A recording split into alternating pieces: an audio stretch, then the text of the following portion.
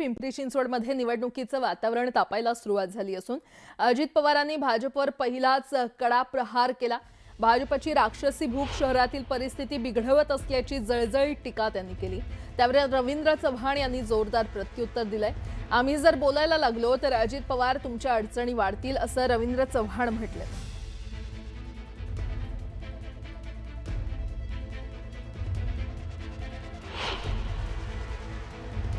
शहरापेक्षा स्वतःला आणि स्वतःच्या परिवाराला मोठं होण्याची एवढी राक्षसी भूक या शहराची परिस्थिती बिघडवलेली आहे।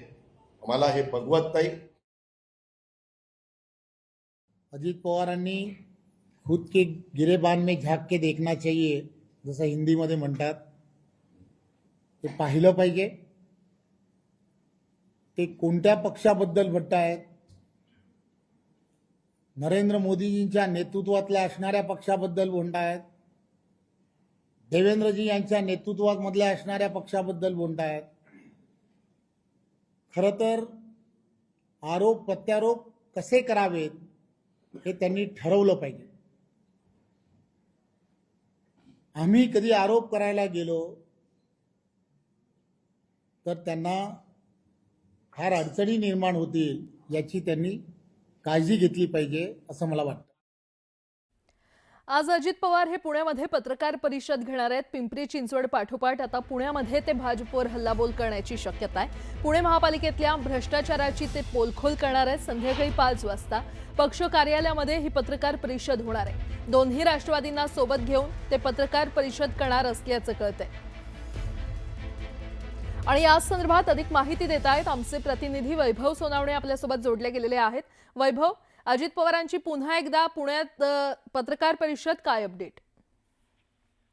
प्राजक्ता, आज पुण्यामध्ये 5 वाजेच्या दरम्यान राष्ट्रवादीच्या पक्ष कार्यालयात उपमुख्यमंत्री अजित पवार हे पत्रकार परिषद घेणार आहेत। भाजपनं गेल्या 7 वर्षाच्या काळामध्ये ज्या पद्धतीनं कामकाज केलंय किंवा जे भ्रष्टाचार केलेत या सगळ्या भ्रष्टाचाराची पोलखोल ते करणार आहेत। काल आपण बघितलं होतं पिंपरी चिंचवड महापालिकेच्या बाबतीमध्ये अत्यंत आक्रमक होत त्यांनी तिथल्या कारभाऱ्यांवर केली होती। पिंपरी चिंचवड महापालिकेचे जे पदाधिकारी आहेत भाजपचे त्यांच्यावरती तशाच पद्धतीने आज पुण्यामध्ये सुद्धा भाजपच्या इथल्या स्थानिक पदाधिकाऱ्यांच्या कारभारावरती ते जोरदार हल्लाबोल करतील अशी माहिती मिळते।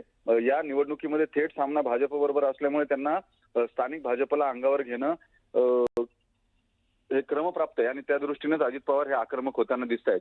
आणि महत्वाची बाब म्हणजे दोन्ही राष्ट्रवादी म्हणजे राष्ट्रवादी शरद पवार पक्ष आणि राष्ट्रवादी अजित पवार या दोन्ही पक्षाच्या पदाधिकाऱ्यांना एकत्रित घेऊन ही पत्रकार परिषद जी आहे ती संध्याकाळी 5 वाजेच्या दरम्यान ते राष्ट्रवादीच्या पक्ष कार्यालयामध्ये घेतील। बरं वैभव, धन्यवाद या संपूर्ण माहितीसाठी। घोटाळ्यांच्या आरोपावरून संजय राऊतांनी महायुती सरकारवर निशाणा साधलाय। अजित पवारांवरच्या आरोपांचं काय झालं? सिंचन घोटाळ्याचं काय झालं? पंतप्रधान मोदी आणि मुख्यमंत्री देवेंद्र फडणवीसांनी याबाबत माहिती द्यावी असं आव्हान संजय राऊतांनी दिलंय।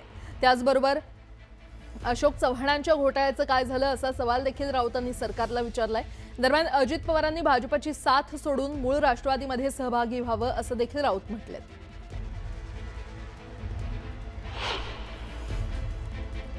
जो आरोप प्रधानमंत्र्यांनी केला त्याचं पुढे काय झालं? अजित पवार यांच्यावरती जो आरोप केला 70,000 कोटी सिंचन घोटाळ्याचा, तो आम्ही केला नाही। गाडीवर पुराव्यांची घोषणा आम्ही केली नाही। भोपाळमध्ये भारतीय जनता पक्षाच्या बैठकीत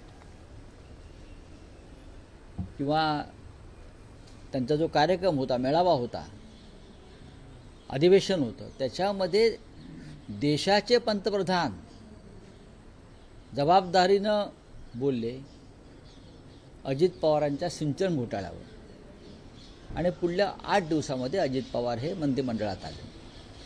त्याच्यामुळे अजित पवारांचा प्रश्न जो आहे हा योग्य आहे आणि सिंचन घोटाळ्याचं काय झालं आरोपाचं याचं उत्तर देवेंद्र फडणवीस यांनी दिलं पाहिजे आणि देशाच्या प्रधानमंत्र्यांनी दिलं पाहिजे। श्वेतपत्रिकेत भ्रष्टाचाराच्या, काँग्रेसनं केलेल्या भ्रष्टाचाराच्या श्वेतपत्रिकेत आदर्श घोटाळ्याचा उल्लेख होता।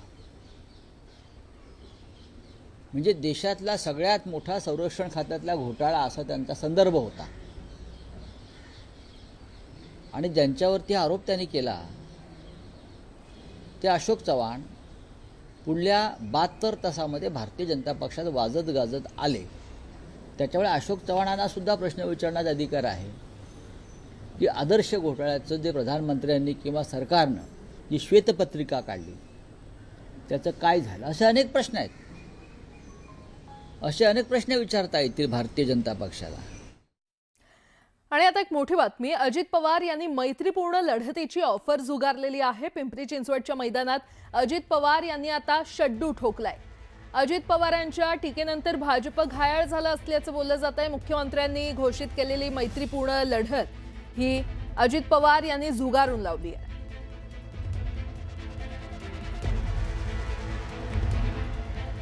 पुढची बातमी पाहूयात. महाराष्ट्रातील 29 महापालिका निवडणुकींसाठी मतदान होण्यास अवघे काही दिवस शिल्लक आहेत. मात्र या निवडणुकांआधीच राज्यभरात एकूण 70 उमेदवारांची नगरसेवक पदी बिनविरोध निवड झालेली आहे.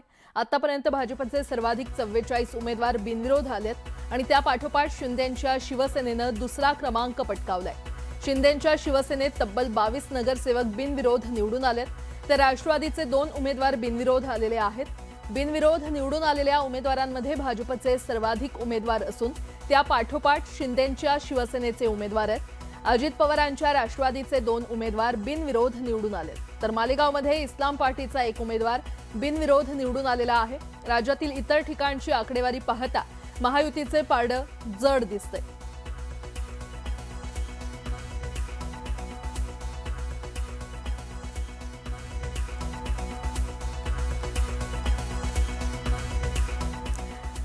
राज्यभरातील पालिकांमध्ये बिनविरोध निवडून आलेले उमेदवार आता निवडणूक आयोगाच्या रडारवर आलेत. बिनविरोधच्या निकालांवर विरोधकांनी आक्षेप घेतला आणि या संपूर्ण प्रकरणाची आता निवडणूक आयोग चौकशी करणार आहे. निवडणूक आयोग संबंधित महापालिकेच्या आयुक्तांकडून अहवाल मागवणार आहे. या संपूर्ण प्रकरणात लोकशाही प्रक्रियेचं उल्लंघन झालं का याची तपासणी केली जाणार आहे. दरम्यान निवडणूक आयोगाच्या रडारवर आता बिनविरोध आले असल्याचं पाहायला मिळतंय. बिनविरोध उमेदवारांची चौकशी करण्यात येणार आहे. निवडणूक आयोगानं या संदर्भातला अहवाल मागवलेला आहे. पालिका आयुक्त हा अहवाल देतील, तर बिनविरोध उमेदवारांच्या जीवाला त्यामुळे आता घोर लागलाय. महापालिका निवडणुकीमध्ये मतदान होण्याच्या आधीच जवळपास 70 उमेदवार बिनविरोध निवडून आलेत आणि यामध्ये सर्वाधिक उमेदवार हे भाजप आणि शिवसेनेचे आहेत. यावरून संजय राऊतांनी सरकारवर निशाणा साधलाय. एवढे उमेदवार बिनविरोध कसे निवडून येतात? इतिहासात असं कधी झालं नव्हतं. कोणत्या कर्तृत्वावर हे उमेदवार बिनविरोध झाले असा सवाल संजय राऊतांनी विचारलाय. तर संपूर्ण यंत्रणा यांनी विकत घेतली आहे. निवडणूक आयुक्त सरकारच्या ताटाखालचं मांजर झालंय असं म्हणत राऊतांनी टोला लगावलाय. उमेदवार बिनविरोध करण्यासाठी कुणाचे फोन आले ते तपासा, कुणाचा दबाव आहे ते समजेल असं म्हणत संजय राऊतांनी सत्ताधाऱ्यांवर आरोप केलाय. यावेळी त्यांनी निवडणूक अधिकाऱ्यांवर देखील जोरदार निशाणा साधलाय.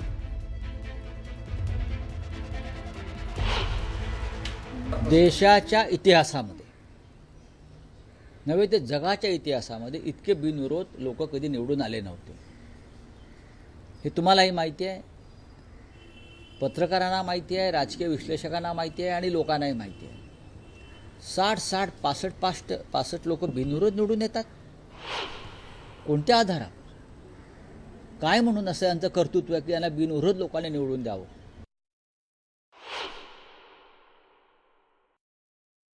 लोकांनी या देशातल्या मोठ्या मोठ्या नेत्यांना बिनविरोध निवडून दिलेलं नाही आहे, हे लक्षात घ्या. अटल बिहारी वाजपेयी बिनविरोध निवडून आले नाहीत. बॅरिस्टर नाथ पै कधी बिनविरोध निवडून आले नाहीत. वसंतदादा पाटील बिनविरोध निवडून आले नाहीत. राम मनोहर लोहिया बिनविरोध निवडून आले नाहीत. नरेंद्र मोदी बिनविरोध निवडून आले नाहीत. आणि या महाराष्ट्रामध्ये हा जो नवीन ट्रेंड सुरू झाला बिनविरोध निवडून आणण्याचा, साम दाम दंडभेद, जबरदस्तीनं समोरच्या उमेदवारांना माघार घ्यायला लावायची, त्यासाठी निवडणूक यंत्रणा वापरायची. नाहीतर समोरच्या उमेदवारांवरती पैशाचा पाऊस पाडायचा. 5-5 कोटी 10-10 कोटी रुपये दिले या बिनविरोध होण्यासाठी आणि उमेदवारांना माघार घेण्यासाठी.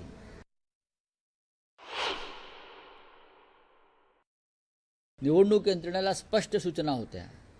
3 वाजेपर्यंत माघारीची वेळ होती, पण त्यानंतर सुद्धा माघारीसाठी कोणी अर्ज घेऊन आले तर ते स्वीकारा आणि 3 वाजल्याच्या आधीची वेळ टाका.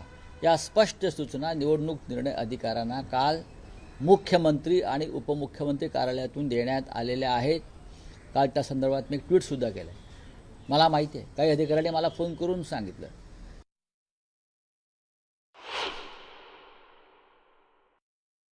ज्याला तुम्ही आरो म्हणता, निवडणूक अधिकारी म्हणता, त्यांचे फोन कॉल जे रेकॉर्ड्स आहेत ते चेक करा. मी कालही म्हणालो या सगळ्यांचे phone call phone record check करा. त्यांना कोणाचे फोन गेल्या 24 तासात आले, कोणत्या पालकमंत्र्याचे, कोणत्या मंत्र्याचे, कोणत्या कार्यालयातून, हे त्याची चौकशी झाली तर या बिनविरोध माघारीचं रहस्य तुम्हाला कळेल. प्रचंड पैसे, हे असा पैशाचा खेळ या लोकशाहीमध्ये कधीच झाला नव्हता. महाराष्ट्र पूर्ण बदनाम झाला. महाराष्ट्राची प्रतिष्ठा धुळीस मिळालेली आहे. 60 लोक बिनविरोध निवडून येतात. 66 ही काय निवडणूक आहे? मतदारांनी करायचं काय? मग मतदारांनी करायचं काय? जर हे विकले गेले असतील किंवा दबावानं मागे घेतले असतील तर त्या भागातल्या मतदारांनी काय करायचं हा प्रश्न निवडणूक आयोगाला कधी पडलाय का? आणि आता बातमी नाशिकमधून. नाशिकमध्ये भाजपला बंडखोरीचं ग्रहण लागलंय. अनेक बंडखोरांनी उमेदवारी अर्ज मागे न घेतल्यामुळे पक्षाच्या अधिकृत उमेदवारांसमोर नवं आव्हान उभं राहिलेलं आहे. नाशिकमध्ये भाजपला हे बंडखोरीचं ग्रहण नेमकं कसं लागलंय आपण ग्राफिक्सच्या माध्यमातून समजून घेऊयात.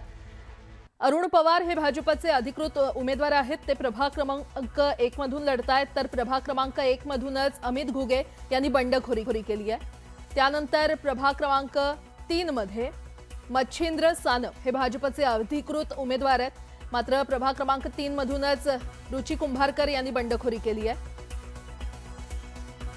प्रभाग क्रमांक 6 मध्ये गुरमीत बग्गा हे भाजपचे अधिकृत उमेदवार आहेत. मात्र प्रभाग क्रमांक 6 मधूनच अशोक मुर्तडक यांनी बंडखोरी करत उमेदवारी अर्ज दाखल केला. तर तिकडे प्रभाग क्रमांक 10 मध्ये समाधान देवरे हे अधिकृत उमेदवार आहेत. मात्र शशिकांत जाधव यांनी बंडखोरी केली आहे.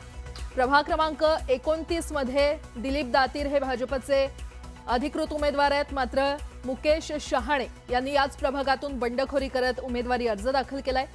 तर प्रभाग क्रमांक 28 मध्ये शरद फडोळ हे भाजपचे अधिकृत उमेदवार आहेत. मात्र दिलीप दातीर यांनी बंडखोरी करत तिथूनही उमेदवारी अर्ज दाखल केलाय. प्रभाग क्रमांक 20 मधून संभाजी मोरुसकर हे अधिकृत उमेदवार आहेत. मात्र त्याच प्रभागातून अंबादास पगारे यांनी बंडखोरी करत उमेदवारी अर्ज दाखल केलाय. तर प्रभाग क्रमांक 18 मध्ये ज्योती माळवे या भाजपच्या अधिकृत उमेदवार आहेत. मात्र मीरा हांडगे यांनी इथून बंडखोरी केली आहे.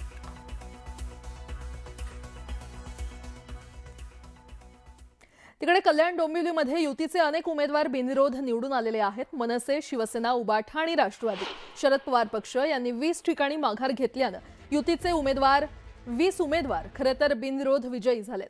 दरम्यान यानंतर मनसे आक्रमक झालेली आहे. कल्याण डोंबिवलीमध्ये अनेक उमेदवारांना 5 कोटी रुपयांना विकत घेण्यात आलं असा आरोप अविनाश जाधव यांनी केलाय.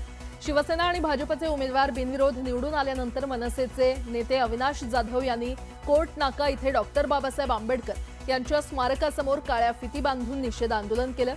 पूर्वी मतदार विकत घेतले जात होते, पण आता उमेदवार विकत घ्यायला लागलेत. पुढील 5 वर्षांनी या देशात निवडणुका होणार नाहीत अशी टीका अविनाश जाधव यांनी केली आहे. विकत घेण्याचा प्रयत्न करण्यात आला. आज कल्याण डोंबिवलीमध्ये अनेक उमेदवारांना 5-5 कोटीला विकत घेण्यात आलं. माझी मागणी आहे निवडणूक आयोगाला की जेवढ्या उमेदवाराने उमेदवारी पाठी घेतलेले आहेत त्यांच्या मोबाईलचा डेटा चेक करावा. त्यांना कोणी कोणी कॉल केलं होतं आणि त्यांनी का ते पाठी घेतलं, एवढं काय घडलं की त्यांना ती उमेदवारी अर्ज पाठी घ्यावीशी वाटली आणि मग पाठी घ्यायची होती तर आधी तुम्ही भरली का होतात.